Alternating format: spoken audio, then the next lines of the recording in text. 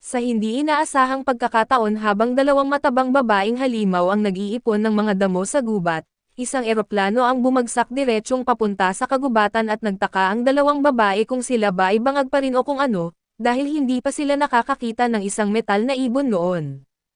Maya-maya ay may isang puti ang buhok na lalaki na may pula at lilang mga mata ang nagising, nagulat siya nang makita ang matabang elf pero nang sinubukan niyang bumangon, bigla siyang nakaramdam ng matinding sakit ng ulo at sinabihan siya ng elf na huwag siyang biglang gumalaw dahil malubha pa ang kanyang sugat.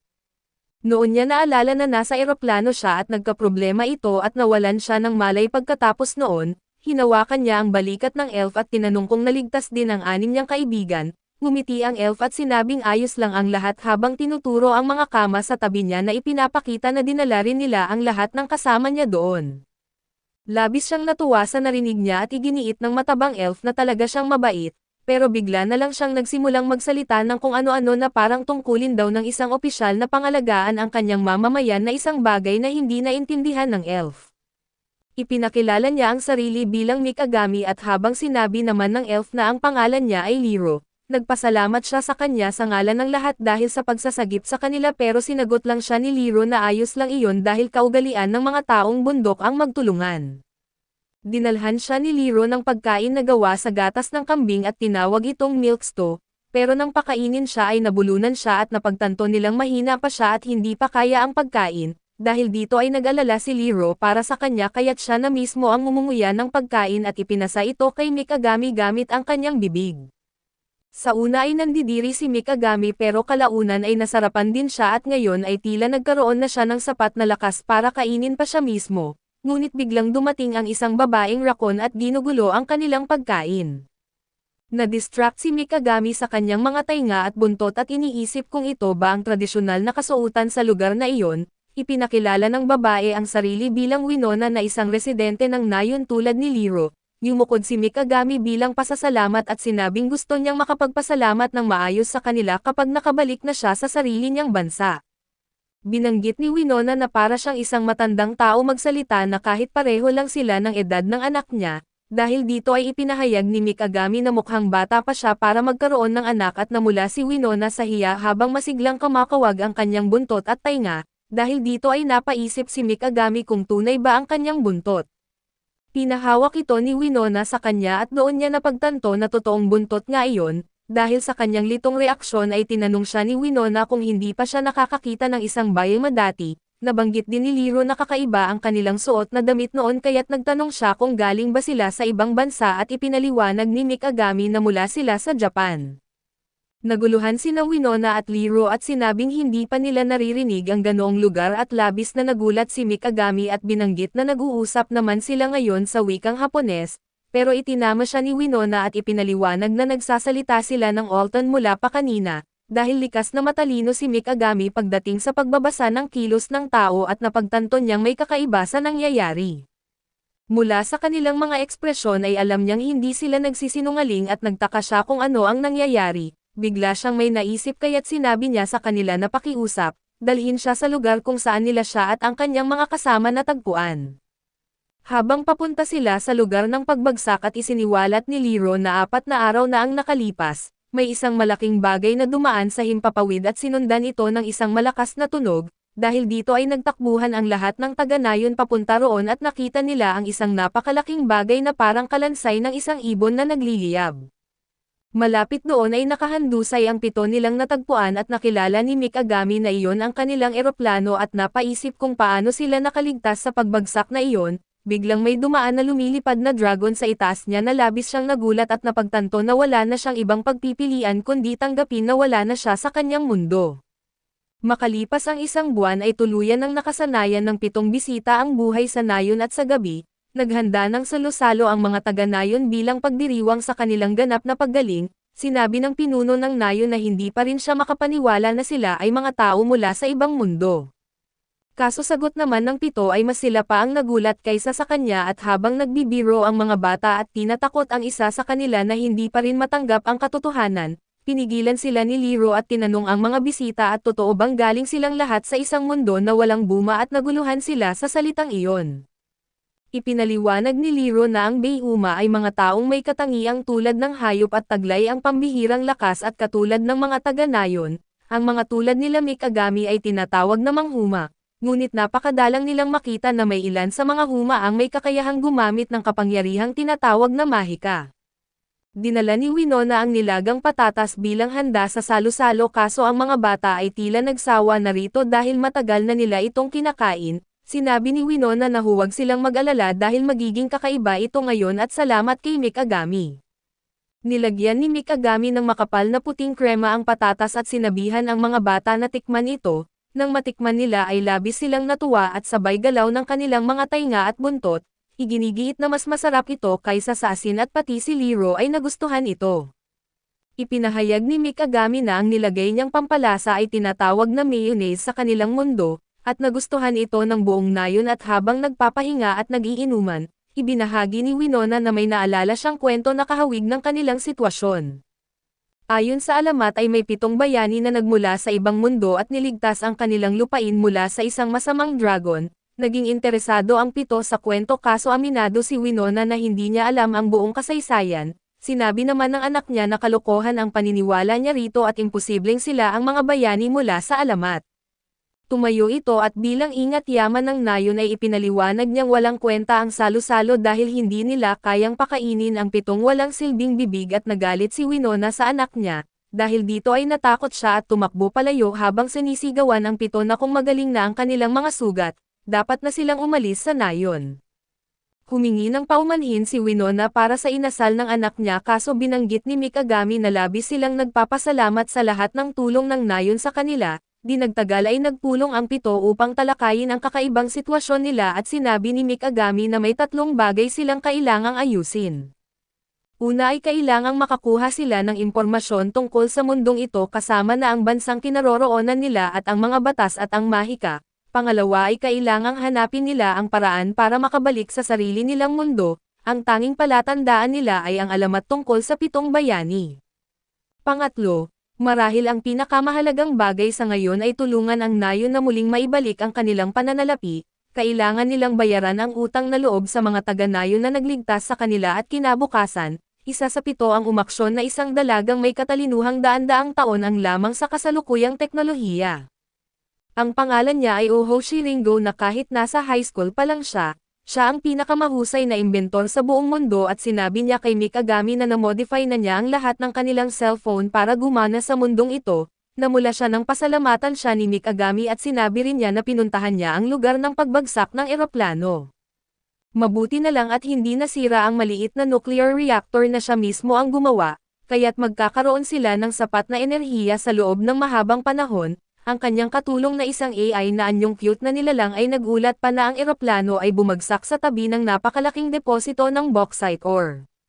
Gagamitin ito ni Ringo para makagawa ng aluminum pero kailangan pa nila ng ibang materyales para mapino ito, kaya't sinabi ni Mikagami na kakausapin niya ang negosyante nilang si Sonata para humingi ng tulong.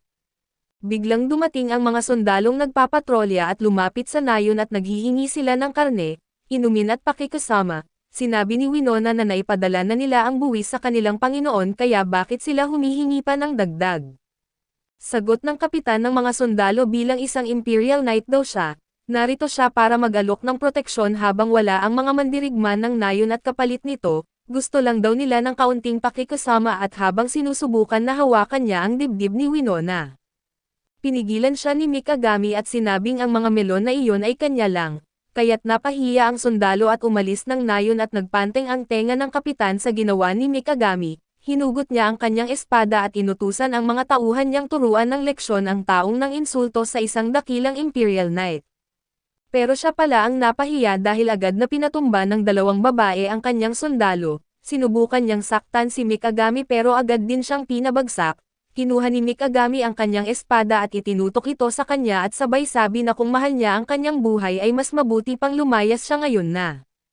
Tumakbo ang mga sundalo ng takot at nagsabi pang babalikan nila ito. Humanga si Winona sa lakas nila pero binalaan sila ni Sonata na kahit pamukhang siga ang mga iyon pero sundalo pa rin sila. Kapag umabot sa mga Panginoon ang balita ay maaaring magkaroon ng gulo pero sinisigurado ni Mikagami na may ginawa na siya tungkol dito. Habang papatakas ang mga sundalo para magsumbong sa kanilang Panginoon ay hinarang sila ng isang binatang mukhang mahiyain na may kuting na personalidad na si Prince Akatsuki. Sa dati nilang mundo ay kilala siya bilang pinakamahusay na salamangkero sa buong mundo kahit nasa high school pa lang. Ang pinakamalaking mahika niyang nagawa ay ang pagpapawala sa Statue of Liberty sa harap mismo ng maraming tao. Ngayon sa mundong ito ay lumulutang siya sa ere habang nakatitig sa mga sundalo. Labis ang gulat ng mga sundalo dahil ang ganoong klaseng mahika ay tanging mga Imperial Mage lang ng kanilang kaharian ang may kakayahang gawin. Nagtaka sila kung bakit may ganitong uri ng salamangkero sa isang napakawalang kwentang nayon. Sinabi ng prinsipe na may utang na loob siya sa mga taga-nayon at para mabayaran iyon ay sisimulan niyang wakasan ang kanilang mga buhay, sa pamamagitan ng pagputol ng sarili niyang ulo bilang halimbawa. Nagsimulang magmakaawa ang kapitan at sinabing hindi na siya magsusumbong kung papatawarin sila. Tinanggap ni Akatsuki ang kanyang pakiusap pero nagbabala na kapag sinira nito ang pangako niya, sigurado na hindi niya magugustuhan ang magiging kapalit. Makalipas ang ilang sandali ay muling nagpulong ang 7 at binanggit ni Mikagami na mula ngayon, bawat isa sa kanila ay dapat magtrabaho ayon sa kani-kanyang kakayahan at pinayuhan niya ang lahat. Sinabing alam niyang napakabaliw ng sitwasyon at maaaring imposibleng makabalik pa sila sa sarili nilang mundo. Pero pinaalalahanan niya sila na ang imposible at ang hindi maiisip at ang hindi masukat na lahat ng ito ay nalagpasan na nila noon pa man. Iyon ang dahilan kung bakit sila tinaguri ang 7 henyo ng high school mula sa iba't ibang panig ng mundo. Ibig sabihin ay wala dapat na imposible para sa kanila kaya't dahan-dahanin lang muna nila. Dahil kung ibubuhos nila ang lahat ng kakayahan nila ngayon ay baka sila pa ang maghari sa mundong ito.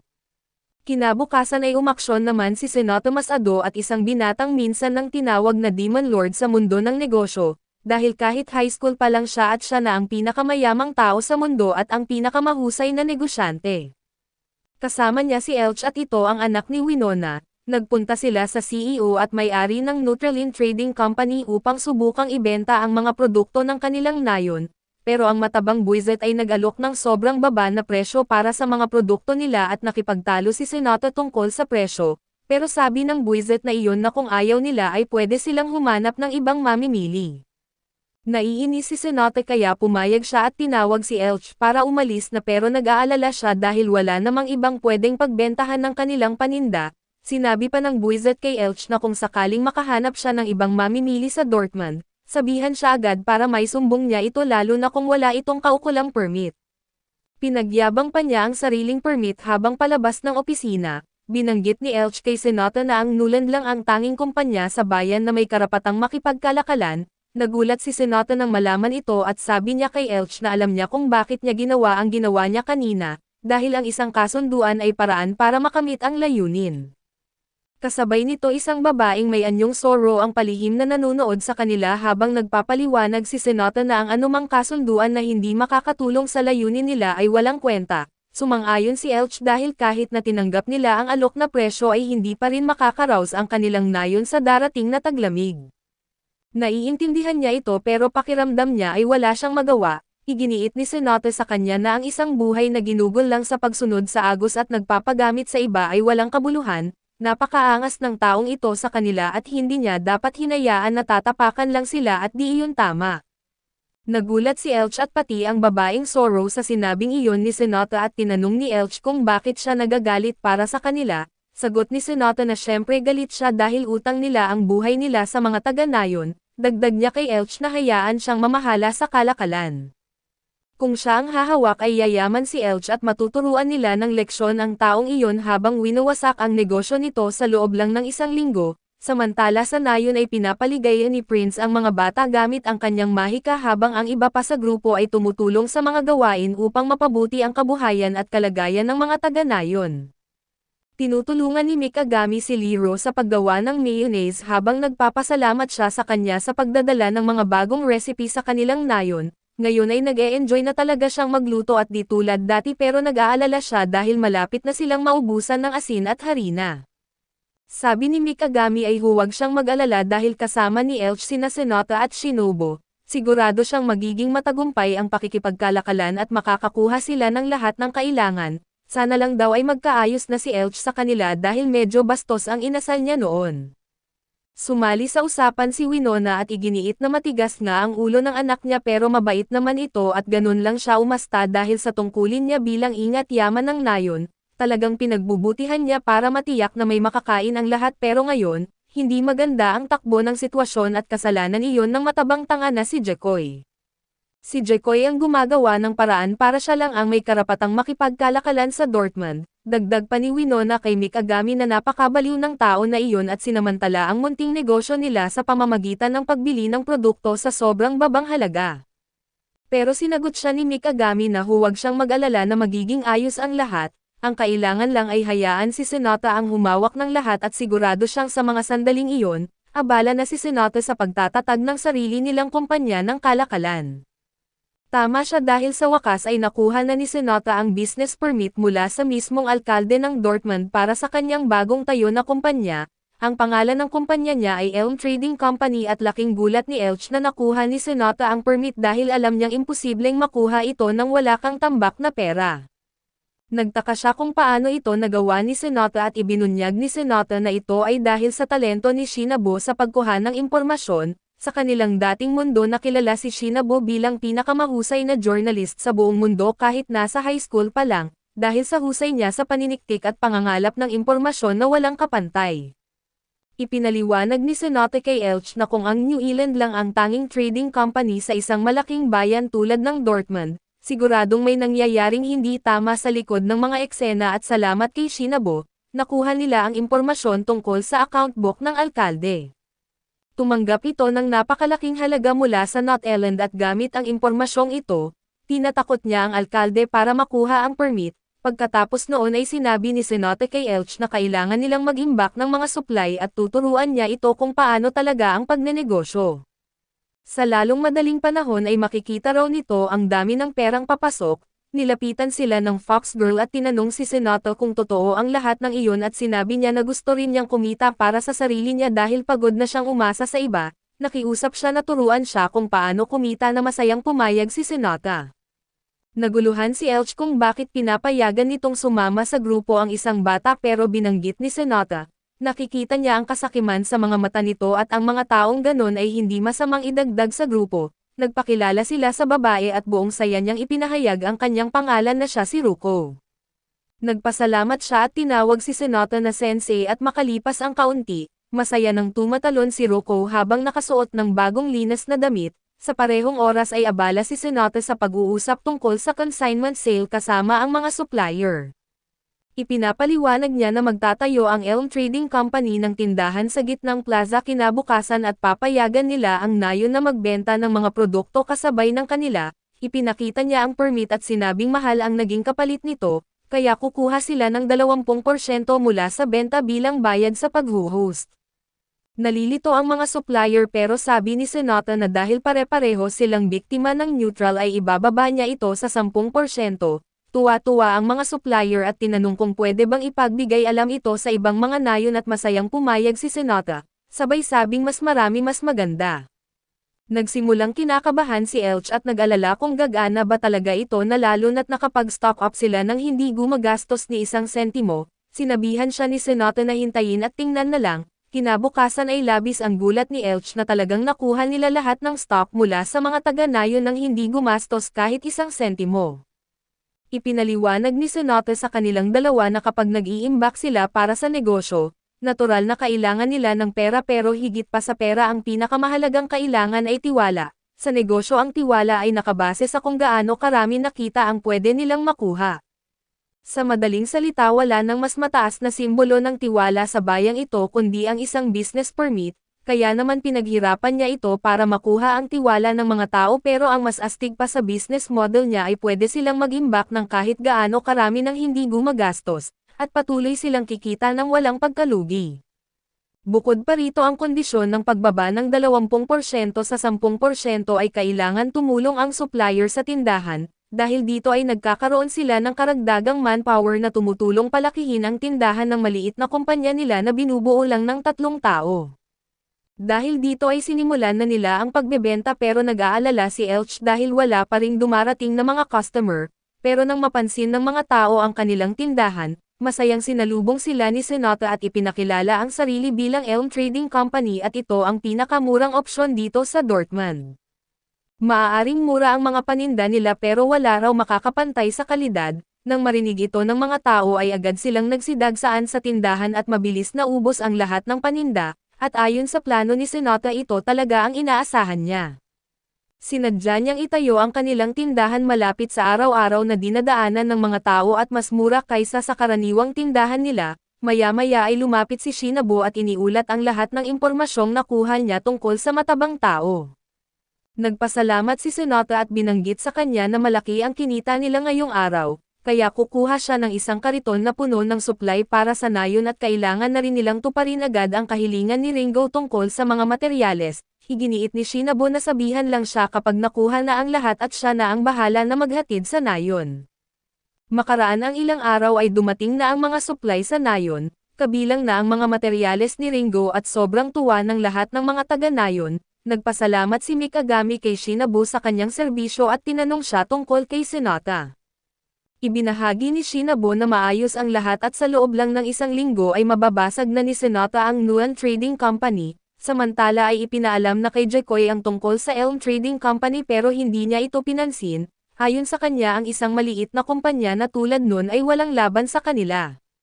Galit na galit siya sa alkalde dahil sa pagbibigay ng permit na gayong binabayaran niya ito ng malaking halaga para maiwasang mangyari iyon, pero sa bandang huli ay inisip na lang niyang pabayaan ang mga hanggal na magsasaka na iyon dahil tiyak naman daw na malugi rin sila. Pero parang mahika ang naging epekto ng kumpanya ni Senata dahil kaunti sa kanila na lang bumibili ang mga tao, lalo pa silang sumikat nang ilunsad nila ang bagong produkto nilang mayonnaise, nagkagulo ang mga tao at hindi na nila makayanan ang dami ng demand. Si Ruko sa kabilang banda ay sobrang tumataba sa kakakain ng mayonnaise bilang paraan ng pagpopromote sa produkto. Buti na lang at talagang nag-e-enjoy siya sa pagkain nito at biglang may lumapit na lalaking may blondeng buhok at tinanong kung maaari rin ba siyang bumili ng mayonnaise. Ipinakilala niya ang sarili bilang kapitan ng merchant fleet ng Sea Serpent at ang pangalan niya ay Klaus. Ngumiti si Senata kay Klaus at sinabing matagal na niya itong hinihintay. Kinagabihan nagkita ang tatlo sa opisina ni Klaus at binanggit ni Senata na marami na siyang narinig tungkol sa kanya. Iginiit rin ni Klaus na narinig na niya ang tungkol sa bagong negosyong sikat ngayon, dahil dito ay nauwi sila sa isang kasunduan at laking gulat ng mataba nang marinig niyang lumipat na ng panig ang Sea Serpent. Dahil dito ay nagdesisyon ang mataba na simula bukas ay magbubukas din sila ng palengke sa gitnang plaza. Sinabi niyang ito ay digmaan at pagsisisihan nila ang paggawa ng kaaway laban sa kanya at ipinagbigay alam ni Shinabo kay Senata ang sitwasyon. Naguluhan si Elch sa tinatawag nilang digmaan kaya't ipinaliwanag ni Senata na magsisimula ng bumili ng mga paninda ang New Zealand at ibebenta ito sa palengke ng walang tubo upang makipagkompetensya sa kanila, pero lahat ng ito ay ayon sa plano ni Senata at sinabi niyang hindi naman ito masamang ideya, pero dapat sana'y ginawa nila ito noong unang araw pa lang. Binuksan niya ang bintana at nakita ang mga supplier na naroon na, saka sinabi sa nalilito na si Elch na sila ang mga talim na papatay sa Nuland para sa kanya at samantala ay labis na humanga si Mikagami sa ginawa ni Ringo, dahil nagawa nitong makalikha ng mga palagamit ang aluminum alloys.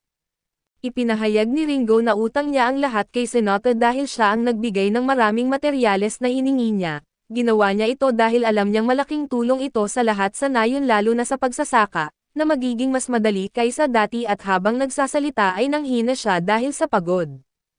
Sinabihan siya ni Mikagami na magpahinga na, pero tinanong siya ni Ringo na may kailangan siya sa kanya at sagot ni Mikagami na wala naman at gusto lang niyang kumustahin siya dahil nag-aalala siyang baka masyado niyang pinapagod ang sarili niya. Namula si Ringo sa sinabi nito at naisip niyang nag-aalala talaga sa kanya si Mikagami, kaya pumayag siyang magpahinga na. Habang pauwi si Mikagami alam niyang hindi lang si Ringo ang dapat niyang alalahanin, pero unti-unting napapagod ang lahat sa ganitong uri ng pamumuhay dahil hindi pa sila sanay dito. Nagsimulang magulan ng nyebe at sinabi ng mga taga-nayon kay Mikagami na napakahirap magtrabaho gamit ang tubig sa ganitong panahon. Dahil dito ay nagkaroon siya ng isang ideya, samantala galit na galit ang mataba at binanggit sa kanyang mga tauhan na hindi na niya hahayaang maisahan siya ng Elm Trading Company. Iniutos niya sa kanila na tipunin ang lahat ng paninda at ibenta ito ng walang iniintinding tubo, basta't madudurog lang nila ang maliit na kumpanyang iyon gamit ang kanilang malaking puhunan. Pero sa kasamaang palad ay may nagulat sa kanya na wala nang natitirang produkto sa kanilang kumpanya. Nagulat siya sa balitang ito at agad na pinuntahan ang kanyang mga bodega pero walang kahit isang paninda ang natira, samantala ang Elm Trading Company ay mayroong lahat ng kailangan. Nakita niya ang kanyang mga dating supplier at nagtaka kung ano ang nangyayari. Biglang lumabas si Sonata at sinabing tama dahil sila ang mga negosyanteng tinanggal niya sa trabaho. Matapos niyang mamonopolyo ang kalakalan sa pantalan ay tinanggal niya ang mga negosyanteng namamahala sa rutang panlupa para makatipid sa gastos sa paggawa, dahil dito ay napilitan ang mga taga-Nayon na dalhin ang mga produkto sa kanya at ibenta ang mga ito sa sobrang murang halaga. Pati ang pagbabayad ng taripa ay ipinasan pa niya sa kanila subalit nang hawakan na ni Sonata ang kalakalan sa pantalan, sinubukan ng mataba na ibalik ang mga negosyanteng tinanggal niya noon. Ngunit huli na ang lahat at naorganisa na ni Sonata ang lahat ng negosyanteng iyon sa ilalim ng kanyang sariling kumpanya at lumagda na siya ng 3 taong eksklusibong kontrata sa kanila, ibig sabihin bago pa makarating sa bayan ang mga paninda, binili na ng Elm Trading Company ang lahat ng ito. Ngumisi si Sonata sa kanya at sinabing maghintay na lang siya na parang isang tanga pero kahit kailan, hindi na ito magkakaroon pa ng mga negosyante. Sinubukan ng mataba na magsinungaling at sinabing niloloko lang ni Sonata ang lahat, binanggit niya sa mga negosyante na bibilhin niya ang mga paninda nila sa mas mataas na presyo kaysa sa walang kwentang kumpanya na ito. Pero sinagot siya ng mga negosyante na binanggit na ni Sonata sa kanila ang gagawin niya at kahit alam nilang mag-aalok siya ng mas mataas na presyo, pinili pa rin nilang ibenta kay Sonata at alam kasi nila na matatapos na ang digmaan nito laban kay Sonata. Babalik na naman ito sa pagbili ng produkto nila sa sobrang baba at sa huli, tatanggalin lang ulit sila sa trabaho gamit ang kung anong mababaw na dahilan para lang yumaman siya, nagsimulang magmakaawa ang mataba sa kanila at sinabing patawarin siya at nangangako siyang hindi na niya ibababa ang presyo. Pero hindi na siya pinagkatiwalaan ng sinuman at habang nakahandusay siya sa pagkatalo, nagsimulang magsermon si Sonata at sinabing sa negosyo ang pinakamahalagang bagay ay tiwala. Pero sinabi ni Sonata na masyado na ring lumampas ang kabobohan ng mataba, gayunpaman binanggit niya na magiging sobra rin naman kung dudurugin agad nila siya at ang kanyang kumpanya ngayon, dahil maging Elman o Notland at hindi rin maganda para sa sinuman na mamonopolyo ang buong merkado. Kaya't balak niyang makipag-partner dito pero habang nakangiting mapanganib, sinabi niyang balak niyang samantalahin ito kaya't mas mabuting maghanda na siya at kinagabihan habang naglalaro si Sonata kasama si Ruko. Tinanong siya ni Elch kung bakit hindi na lang niya dinurog ang mataba gaya ng sinabi niya. Sagot ni Sonata ay mas marami pa ang magiging problema kung tuluyang guguho ang Notland, alam niyang hindi niya kayang suportahan at bigyan ng trabaho ang napakaraming traveling merchants sa ilalim ng kanilang kumpanya, noon pa man ay plano na niyang ibalik ang mga ito sa Notland kapag nasira na ang loob ng mataba at ibinunyag niya kay Elch na peke lang ang mga kontrata nila sa mga negosyante. Binanggit ni Elch na isa siyang masamang tao matapos niyang sabihing mahalaga ang tiwala pero siya rin pala mismo ang lumalabag dito. Ngumisi si Sonata at sinabing totoo naman at masama talaga siya at sa kanilang dating mundo ay tinawag nga siyang Demon Lord of Business.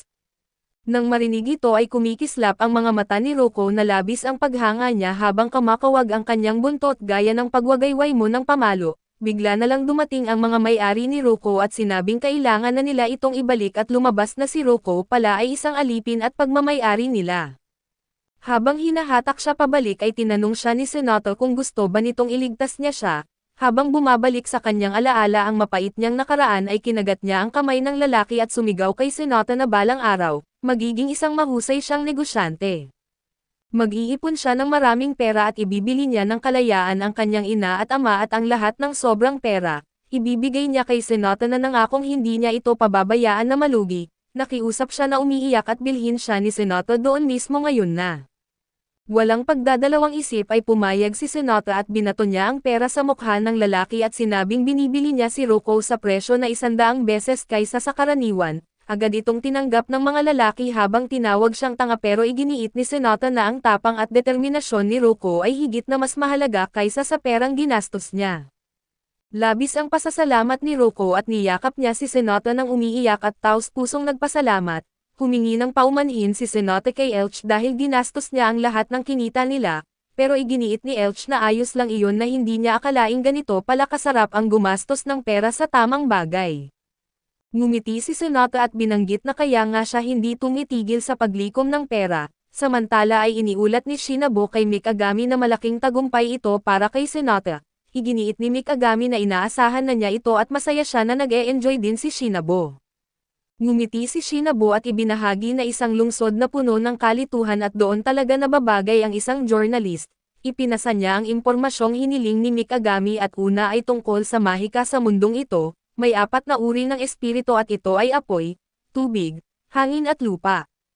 Kapag nakipag-ugnayan ka sa kanila na maaari kang makagawa ng himala at ang lakas ng mahika ay naaayon sa imahinasyon ng gumagamit, pero kakaunti lang ang taong marunong gumamit ng mahika sa teritoryo ng Find, ang nag-iisa lang ay ang isang opisyal na salamangkero na nakatira sa kastilyo ng Panginoon.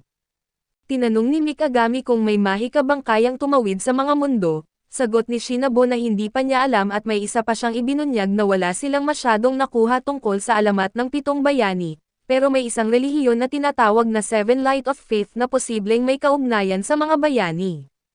Pero ang relihiyong iyon ay winasak ilang siglo na ang nakalilipas ng Imperyong Frajigard, hindi lang ang Seven Lights of Faith ang nawala at lahat ng relihiyon na dating umiiral sa kontinenteng ito ay pinuksa mula sa pinakaugat. Ayon sa ideolohiya ng Frajigard ang survival of the fittest o ang pinakamalakas lang ang may karapatang mabuhay, kaya't hindi nila pinapayagan ang anumang Diyos na mailagay sa itaas ng imperyo. Gayunpaman iyon pa rin ang kaysa-isa nilang pahiwatig kung paano sila makakabalik sa kanilang mundo, kaya't kakailanganin nilang hanapin ang relihiyong iyon sa bawat sulok ng kontinente. Pero may problema na kailangan ng travel permit mula kay Marquis Findorff para makaalis sa teritoryong ito, at ang taong iyon ay isa sa pinakabastos at pinakamasamang nilalang at biglang tumawag si Awe at sinabi kay Mikagami na handa na ito. Pagkatapos ng tawag, binanggit ni Mikagami kay Shinabo na sa wakas ay may nagawa siyang karapat-dapat para sa isang politiko dahil nagpagawa siya ng ilang pampublikong pasilidad. Habang nilalasap niya ang mainit na tubig sa hot spring na sila mismo ang gumawa, sumama rin si Liro na may dalang panghaplas dahil nasugatan si Mikagami sa kamay. Inaplayan niya ito habang nagpapasalamat si Mikagami na sinabing gumawa kasi siya ng trabahong hindi niya karaniwang ginagawa. Biglang dumating si Prince at may dalang masamang balita at ang ilan sa mga taga-nayon na nangaso ay nakasalubong ang isang halimaw na tinatawag na Chief of the Forest. Agad silang tumungo sa lugar at madali nilang natunton ang kinaroroonan ng grupo gamit ang goggles ni Ringo na nakakakita ng heat signature. Kasabay nito ay bumalik na rin si Sonata sa nayon pero nang malaman ang sitwasyon, sinabi niyang huwag mag-alala dahil kasama nila sina Awe at Kane at pagdating nila, agad nagsimula ang laban habang sinipa ni Awe ang halimaw pababa sa bangin. Binanggit ni Mikagami sa mga taga-nayon na huwag mag-alala kay Awe dahil kahit nasa high school pa lang siya ang pinakamahusay na swordsman sa buong mundo at kaya pa niyang putulin ang mga bala. Habang nakatayo sila roon ay nakita nila ang bangkay ng ama ni Winona. Ipinaliwanag ng isa sa mga taga-nayon na ilang minuto na itong hindi humihinga pero sinabi ni Mikagami na huwag silang mag-alala at sabay lingon kay Cain dahil kahit high school student lang siya, si Cain ang pinakamahusay na doktor sa mundo na isang henyo na kilala dahil kaya niyang buhayin ang patay. Habang nakikipaglaban si Awe sa dambuhalang oso na nagsagawa si Cain ng operasyon, sa loob ng ilang minuto lang ay nagawa niyang buhayin ang matanda sa pamamagitan ng resuscitation at pagtapos ng surgery. Sinabi niyang magising ito sa loob ng 2 o 3 araw. Samantala ay napugutan din ni Awe ng ulo ang halimaw at tuluyang natalo ito, pero sa nayon ay dumating ang mga sundalo at ipinaalam na dapat yumukod ang lahat, dahil naroon ang kapitan ng Guardian Knights ng Marquea at ito ang Silver Knight na si Enzagi. Inutusan ng kapitan ang kanyang mga tauhan na hulihin ang lahat at habang itinatali nila ang mga taga-nayon, ipinaalam ng kapitan na ang buong nayon ay pinaghihinala ang traidor sa imperyo, dahil di umano'y ginamit nila ang ilegal na paraan upang makakakuha ng ginto sa teritoryong ito. Sinubukang ipagtanggol ni Sonata ang sarili at sinabing may permit sila, pero agad itong tinanggihan ng kapitan. Aniya ay kasalanan para sa mga hamak na magsasaka ang humawak ng gintong barya na may ukit ng Dragon Crest ng Frajigard Empire, dahil para lang ito sa mga maharlika.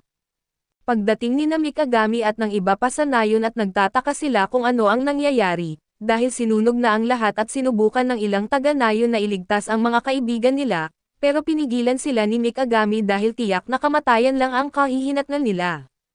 Pero ipinaliwanag niya na wala silang dapat ipag-alala dahil kasama ng mga bihag si Prince, at sakto sa tamang oras ay dumating si Prince kasama ang lahat at ipinaalam ni Tsunade kay Mikagami na ang mga umatake sa nayon ay tumatawag sa sarili nilang Guardian Knights at may direktang utos mula sa Panginoon. Alam ni Mikagami na walang iba ito kundi si Marky ang mataba pero agad nilang napagtanto na nawawala si Liro. Galit na galit si Winona sa mungkahing masyadong mapangahas pero mas nagagalit si Mikagami. Sinasabing hindi siya nagbiro dahil ito lang ang natitirang paraan para maayos na malutas ang lahat. Sumang-ayon si Winona at binanggit na sigurado siyang gugustuhin din ni Liro iyon, gayunpaman kung ang sakripisyo niya ang magiging kapalit ng kapayapaan ng nayon, mawawala na ang pagkatao nila at magiging tulad na lang sila ng mga hayop na gagawin ang lahat makaligtas lang kaya't lalaban sila upang mapanatili ang kanilang pagkatao. Hinawakan niya ang kamay ni Mikagami at nakita ang mga sugat. Alam niyang galit na galit ito sa loob-loob niya ay nakiusap siya na tulungan sila dahil naniniwala siyang kung sama-sama sila, kayang-kaya nilang iligtas si Liro at sinabi ni Mikagami na kung lalaban sila ay siguradong madaming bangkay ang babagsak sa magkabilang panig. Pero kung handa talaga silang harapin ang ganitong kapalit ay tutulungan nila sila at lahat ay sumang-ayon, kaya't sinabi ni Mikagami na upang manalo sa digmaang ito kailangan nilang i-advance ang sibilisasyon ng mundong ito ng humigit kumulang 500 taon, ang kanilang politika, ekonomiya at mga pagpapahalaga na lahat ay magbabago. Samantala si Liro ay pinagbihis ng sobrang mapang-akit na kasuotan at ang Panginoon ng lugar na si Find, isang matabang lalaking may ngiting ginto at mas makapal pa sa kasintahan mo, ay tuwang-tuwa at sabik na sabik sa nakita niya. Sinabi ng kapitan na galing si Liro sa nayong ipinag-utos niyang sunugin at dinala niya ito bilang handog, nagpasalamat si Find at iginiit na bibigyan niya ito ng malaking gantimpala at agad siyang nagtangkang lapastanganan si Liro. Pero naalala nito ang kasunduan nila ng kapitan na kung papayag siyang maging laruan ng Panginoon, hindi na nito gagalawin ang nayon. Kaya't para sa kapakanan ng nayon ay pilit niyang nilapitan ang Panginoon para halikan ang makapal at mamasamasang bibig nito, pero habang papalapit siya at bigla silang pareho na kuryentehan at naitapon ang Panginoon sa lakas ng kuryente habang nawalan naman ng malay si Liro. Nagulat ang kapitan na marunong siyang gumamit ng mahika at galit na galit ang Panginoon at iniutos na itali ang babaeng baboy para turuan ng leksyon sa pananakit sa kanya. Sa parehong oras ay narating na ng mga taga-nayon ang kastilyo at naghahanda na para sa pag-atake, bawat isa ay nakaposisyon ayon sa plano. Natapos na ni Ringo ang pag-set up ng rail cannon at pinaputok ito ng isang napakalakas na projectile ang agad na sumisira sa pader ng kastilyo. Narinig ng Panginoon at ng kapitan ang kaguluhan at nagtaka kung ano ang nangyayari. Tumakbo ang kapitan patungo sa pinanggagalingan ng pagsabog at iniulat ng mga sundalo sa kanya na ang mga taga-Elm ay umaatake. Nagulat siya kung paano raw sila nakaligtas at agad niyang naisip na marahil ay sinusubukan nilang iligtas ang babae. Iniutos niya ang mga crossbow squad na salubungin sila, pero wala itong silbi dahil madaling hinarang ng mga taga-nayon gamit ang kanilang mga kalasag. Naguguluhan siya at sabi niya na ang kalasag na malaki para takpan ang buong katawan ay dapat sobrang bigat para gamitin. Tumawa si Tsunade at iginiit na ito ang kapangyarihan ng agham at ang henyo nilang imbentor ay pinagsama-sama ang ilang uri ng metal, upang makagawa ng super alloy na tinatawag na duruman na mas magaan kaysa sa bakal pero mas matibay. Biglang tinamaan ng palaso ang isa sa mga sundalo at halos tamaan din ang kapitan at nasalo niya ito sa huling segundo at nang suriin niya. Napagtanto niyang bakal ang palaso at pinakawalan mula sa napakalayong distansya at nagtaka siya kung paano ito naging posible. Galit na galit siyang nagutos sa kanyang mga tauhan na salakayin sila gamit ang dami nila. Pero sina Aayawi at Winona ay madaling nagtagumpay at pinapatay ang mga sundalo sa kaliwat kanan, samantala sina Shinabo at Mikagami ay pumasok sa kastilyo gamit ang isang lihim na daanan. Pinuri ni Mikagami si Shinabo sa husay nito sa pangangalap ng impormasyon. Habang papalapit sila sa silid ng Panginoon ay biglang hinaharangan ni Shinabo si Mikagami mula sa isang papalapit na atake na mahika. Lumabas ang isang Imperial Mage at tinawag na hangal ang kapitan dahil pinayagan nitong umabot sila sa puntong ito. Sinabi nitong tapos na sila dahil puputulan niya ang kanilang mga ulo at iaalay sa Panginoon. Samantala sa labas ng kastilyo ay unti-unting nadadagsa ang bilang ng mga kalaban. Pero sakto sa oras ay dumating si Prince at nagulat ang mga sundalo nang makitang may salamangkero at si Prince naman ay natakot nang makita ang dami ng dugo at patayan. Pero nagpakatatag siya at nagsimulang maghagis ng rainbow smoke bomb sa kanila, sabay sigaw na ang mga ito ay lasong usok at nang marinig ito ay agad umatras ang mga sundalo. Nagtaka ang kapitan kung bakit hindi pa lumalabas ang Imperial Mage Officer mula sa kastilyo para resolbahin ang sitwasyon. Napaisip siya na may kakaiba kaya tinawag niya ang ilang tauhan niya para sundan siya at kasabay nito, madaling naiwasan ni Shinabo ang lahat ng atake ng salamangkero sa pamamagitan ng pagbabasa ng mga galaw ng kanyang kamay. Nakalapit siya mula sa likod at bago pa makabawi ang mage ay tinamaan niya ito gamit ang taser at agad napabagsak. Dumating ang kapitan sakto sa oras kaya't sinabi ni Shinabo kay Mikagami na mauna na siyang pumasok habang siya ang bahala na humarap sa mga tauhan nito. Pagpasok niya sa silid ni Find ay nakita niya si Liro na nakagapos at nag-aalala siya para dito pero bigla siyang tinamaan sa maselang bahagi ng katawan at napaluhod. Lumabas si Find mula sa kanyang hideout habang nagsasayaw na parang nakita niya si Didi. Napansin niyang tahimik na sa labas at inakalang patay na ang lahat ng mga hamak na mamamayan, kaya kinuha niya ang kutsilyo at sinimulang masaktan si Liro bilang parusa sa lahat ng kaguluhan. Subalit pinigilan siya ni Mikagami at nagulat si Find na paanong nakatayo pa rin ito at binanggit ni Mikagami na suot niya ang protective armor, kinuha niya ang kanyang baril at pinaputukan ang kutsilyo at lalong nagulat si Find paano raw nagkaroon ng miniaturized flintlock ang isang karaniwang tao. Hindi na siya pinansin ni Mikagami at sinabing kaya ng baril niyang ito na bumaril ng 6 na beses, kaya't kaya niya itong patayin ng 6 na beses at nagsimulang magmakaawa si Find at ipinaliwanag na isosoli na niya si Liro at ibibigay pa niya ang lahat ng pera niya kahit may kasamang personal na Slurpee pa kung gusto niya.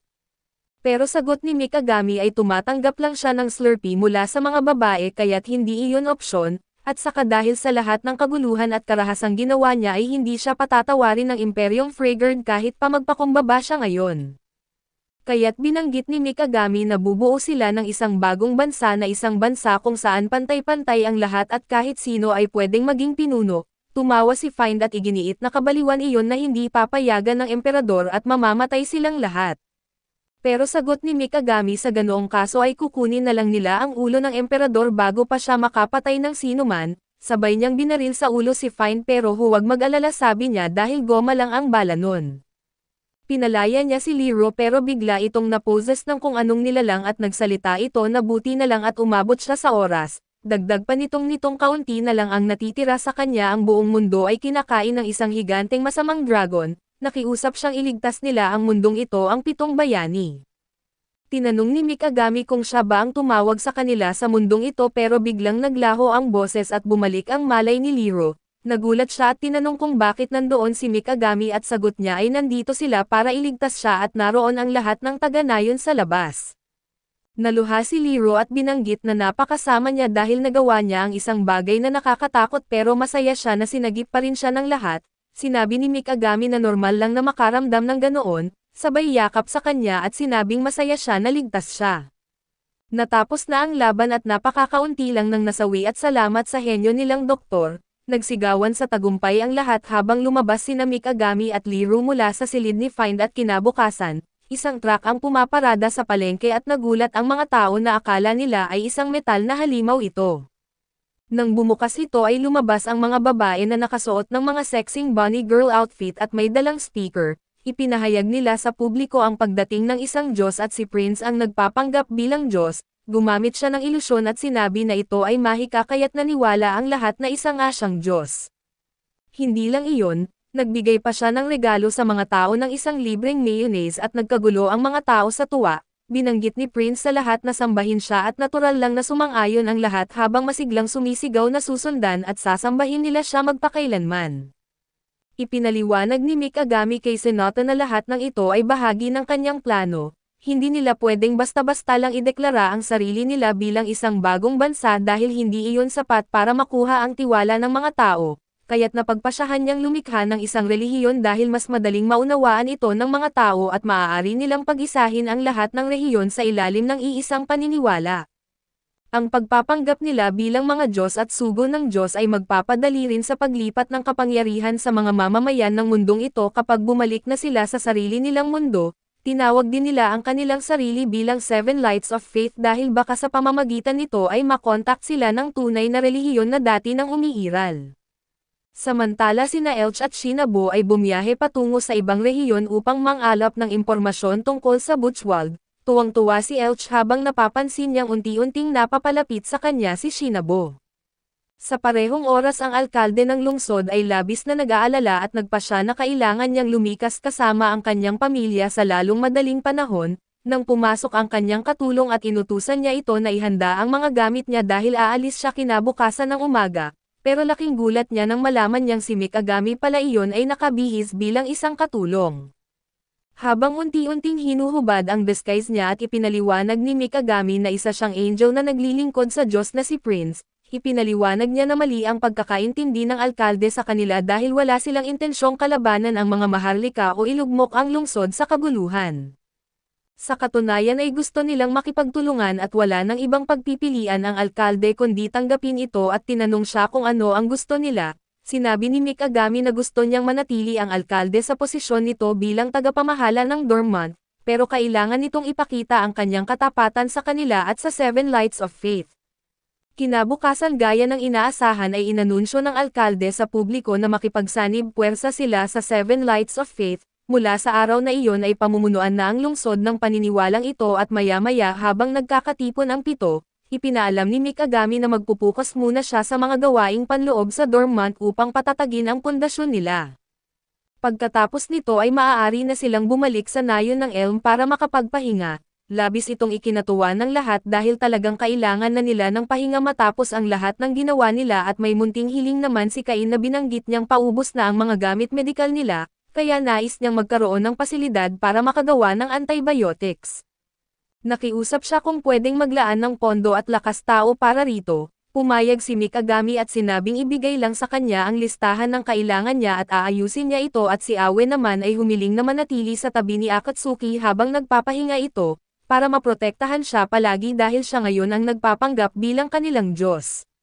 Sinabihan ni Mikagami si Ringo na paubos na ang kuryente nila kaya't hiniling niya na gumawa ito ng bagong pinagmumulan ng enerhiya. Pumayag si Ringo at nagpasya na gumawa ng isang mini thermal power plant at ipinahayag din ni Mikagami na balak niyang buuin ang Seven Lights of Faith Night Order, gamit ang ilang natitirang sundalo mula sa laban. Mayroon na rin siyang nasa isip na magiging kapitan ng grupong ito at sa parehong oras ang kapitan ng Guardian Imperial Knights na si Zest ay nagpasya ng magbitiw, habang nagpapahinga siya sa isang bar ay lumapit sa kanya si Mikagami at nakipag-usap. Umupo siya sa tabi nito at sinimulang purihin siya at iginiit na nagsaliksik siya tungkol sa kanya at mayroon daw itong matinding tapang, pinagkakatiwalaan ng kanyang mga tauhan at isang taong marunong magdesisyon sa gitna ng kaguluhan.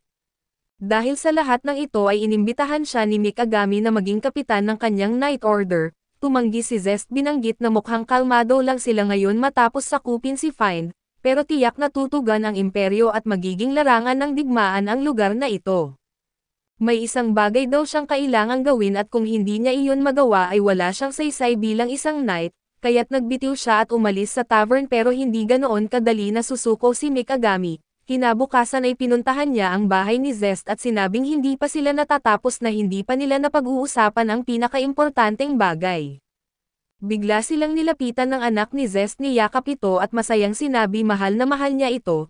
Nakangiti itong cute at puno ng pagmamahal at iginiit ni Zest na ang batang iyon ang pinakamahalagang kayamanang iniwan sa kanya ng yumaong asawa niya, na namatay dahil sa isang epidemya. Ipinapaliwanag niya sa kanyang anak na lumabas muna at maglaro dahil kailangan niyang makipag-usap kay Mikagami. Ipinaliwanag niya kay Mikagami na naging isang knight siya para makasama at mabuhay kasama ang kanyang anak na si Eri at siya ang pinakaimportanteng kayamanan niya sa buong buhay niya. Kaya hindi niya kayang sumali sa Night Order ni Mikagami at dahil ayaw niyang pumili ng landas na maaaring isakripisyo ang pamilya niya, alam niyang kapag sumali siya sa Night Order ay ipapadala siya sa digmaan kapag naging larangan ng labanan ang bayang ito at kapag siya'y namatay, si Eri ay maiiwang mag-isa. Naging knight nga siya sa simula pa lang para lang makasama ang kanyang anak, kaya't sinabi niyang marami pang knight dyan na may matinding katapatan at isa raw siyang pathetically selfish na tao, hindi raw siya angkop na maging pinuno ng isang pambansang order. Pero binanggit ni Mikagami na hindi kahinaan ang pagnanais na unahin at alagaan ang sariling pamilya higit sa lahat, Sabi niya ay bukas silang tanggapin siya kahit patuloy siyang unahin ang anak niya at ang hinahanap nila ay hindi bulag na katapatan, kundi mga kasamang lalaban sa tabi nila. Dahil hindi sila katulad ng mga pinunong nakasanayan na niya ay layunin nilang bumuo ng isang demokratikong bansa kung saan lahat ay maaaring mabuhay ng malaya. Dagdag pa ni Mikagami ay alam niyang matagal nang nasa isip ni Zest ang mga ganitong bagay. Hindi tama na ang kapanganakan ang lahi o iba pang walang kabuluhan na pamantayan ang magtakda kung sino ang may halaga at sino ang wala dahil lahat ay pantay-pantay, kaya gusto nilang wasakin ang mundong iyon at para magawa nila ito, kailangan nila ang mga taong tulad niya na mga taong handang maging bahagi ng revolusyon. Tinanong ni Zest kung talagang posible bang magkatotoo ang mundong iyon at sagot ni Mikagami na oo kung tutulungan siya ng isang taong tulad niya. Napatingin si Zest sa kanyang anak na masayang kumaway sa kanya ng may cute na ngiti. Napagtanto niyang marahil ay mas mabuting lumaban para makamit ang sariling kinabukasan dahil tiyak na manglulusubin pa rin sila ng imperyo, kaya't yumukod siya at sumang-ayon na maging kanyang knight at sa parehong oras si Shinabo ay nangangalap ng impormasyon mula sa mga sundalo ng Buchwald. Doon niya nalaman na may malaking hukbo ang nalalapit mula sa Buchwald, Parklight at pati ang pangunahing puwersa ng mga knight upang kalabanan ang Seven Lights of Faith at bukod pa sa kanila, kasama rin sa paparating ay si Lord Gustav na isang makapangyarihang salamangkero, na sa kauna-unahang pagkakataon sa kasaysayan ay ginawaran ng titulong duke habang isang knight, at binigyan ng kapangyarihang pamunuan ang hilagang lupain. Ito ay dahil noong labanan laban sa Yamato Empire at siya mismo ang nanguna sa front lines at winasak ang buong hukbo ng kalaban mag-isa. Maya-maya habang nagkita ulit sina Shinabo at Elch, tinanong niya ito kung may nakuha itong impormasyon. Sagot ni Elch na wala kaya't ibinahagi ni Shinabo na nalaman na niya ang tungkol kay Lord Gustav, pero kakaunti pa lang ang impormasyon niya rito kaya't sinabi niyang pupuntahan nila mismo ang duke upang makilala ito ng harapan na labis na ikinagulat ni Elch. Sa parehong sandali ay pinatay ni Gustav ang kapitan ni Find dahil sa pagiging inutil nito, at sinumpa niyang susunugan niya ang buong hukbo ng mga rebelde hanggang maging abo ang mga ito.